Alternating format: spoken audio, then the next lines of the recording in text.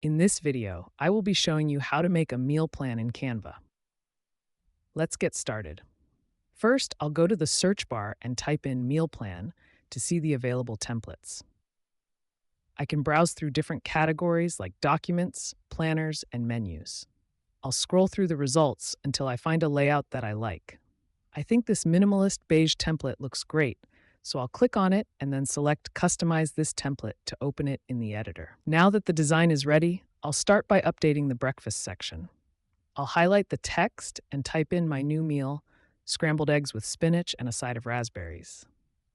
To change the image to match, I'll open the Magic Media tool on the left sidebar. I'll type in a prompt describing the dish I just added and generate some custom images. Once the options appear, I'll choose the best one and drag it directly over the existing photo to replace it.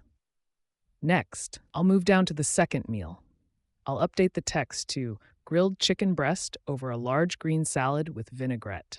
Just like before, I'll go back to the Magic Media panel, enter my prompt for the chicken salad, and pick a new image to swap into the design.